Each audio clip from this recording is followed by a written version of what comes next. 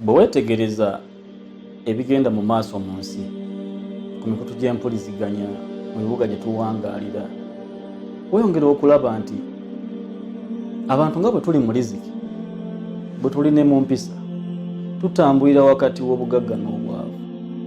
Naye ekimu ku bikulu ebiraga obwavu mu mpisa kyekyo eky'abavubuka kye bakola mu Kampala ekyokuba nti basikambula ne bakwata ku bakyala, ku baana abawala olw'okuba balina bye baagala okubaguza. Ekikolwa ekyo si kya mu mpisa. Empisa kintu kikulu. Nabbi Muhammad sallallahu alaihi wasallam mu hadithi yatugamba nti ma min shay, tewali kintu kyonna, mulimu gwonna, athqalu fil mizan, kizitowa ku mizaani y'omuntu, ategeeza ku lunaku lw'enkomerero, min husni lkhuluqi, okusinga empisa z'omuntu. Naye ekikolwa ekyo si kya mu mpisa, kiweebuula akikoze, ne kiweebuula enzikiriza ye, ne kiweebuula n'abaamulera. Tukikomye.